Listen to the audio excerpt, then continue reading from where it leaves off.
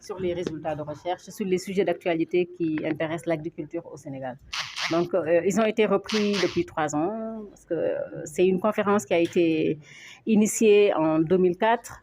On les a repris il y a 3 ans et nous en sommes à la 29e édition qui aujourd'hui pose le débat d'une prospective. Donc, comment on projette l'agriculture sénégalaise d'ici 2050? Quel modèle agricole pour l'agriculture sénégalaise? Comment se projeter et comment éclairer les politiques publiques? Comment éclairer les partenaires qui sont des agriculteurs pour le choix de la meilleure agriculture qui permettent de satisfaire les besoins en alimentation, mais également les besoins de préservation de l'environnement et les besoins de nutrition. Ce que nous avons fait, donc c'est une étude prospective qui a voulu partir d'un état des lieux. Donc aujourd'hui, quelle est la situation de l'agriculture au Sénégal? Et nous nous sommes projetés. Donc qui dit prospective dit projectons dans le futur. Nous nous sommes posé la question, quel serait le modèle agricole en 2050?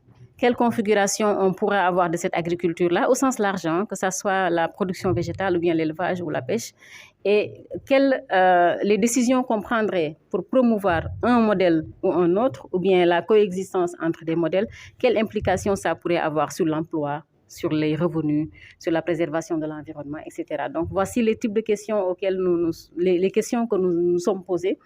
Et on a fait ce travail-là en collaboration avec le ministère de l'Agriculture, avec nos partenaires de la DITAES. Donc, elle va certainement parler de ça. Donc, la DITAES, c'est la dynamique pour la transition agroécologique au Sénégal. On a fait ce travail-là avec d'autres services techniques de l'État qui nous sont arrivés du ministère des Finances. On l'a fait également avec le secteur privé, parce que le monde de l'agriculture aujourd'hui, il engage tous ces acteurs-là. Il engage à la fois des agriculteurs, des chercheurs, des politiques publiques, des secteurs privés et d'autres acteurs qui sont les consommateurs.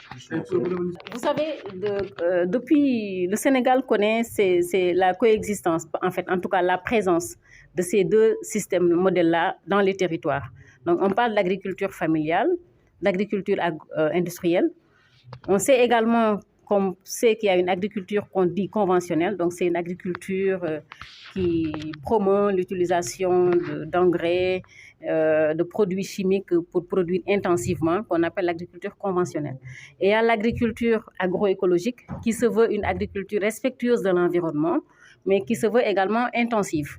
Et donc la réflexion a voulu voir quand on est sur deux modèles qui sont très contrastés. C'est très contrasté parce que dans une agriculture industrielle, on promeut l'intensification industrielle. Et dans une agriculture agroécologique, on promeut l'intensification, mais agroécologique, c'est-à-dire qu'on utilise les ressources du territoire, qu'on utilise les matières organiques, les fertilisants qui sont naturels. C'est ça que promeut cette agriculture-là. Donc, les deux formes d'agriculture, chacun a ses justifications. Chacune de ces formes-là a ses justifications. Parce qu'aujourd'hui, la question qui se pose, c'est comment nourrir une population qui ne cesse de croître. Donc, il y a vraiment un besoin d'intensification. Maintenant, comment on intensifie? Parce que si on intensifie de façon industrielle, on s'inquiète qu'on va détruire notre environnement. C'est pourquoi il est important aujourd'hui de réfléchir comment intensifier durablement. Donc, cette prospective a voulu partir de données.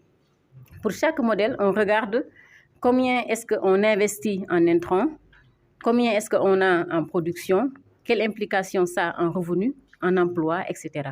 Et donc, aujourd'hui, on va partager ces résultats-là. On verra chaque modèle, ce que ça peut avoir comme type d'implication. Et l'enjeu, c'est de permettre aux politiques publiques de voir comment jouer la coexistence. Parce qu'il ne s'agit pas de leur dire, vous prenez ça ou ça. On leur montre ce que chacun des modèles peut avoir comme implication et à eux de voir maintenant dans les différents modèles comment est-ce qu'ils vont combiner des éléments pour accompagner.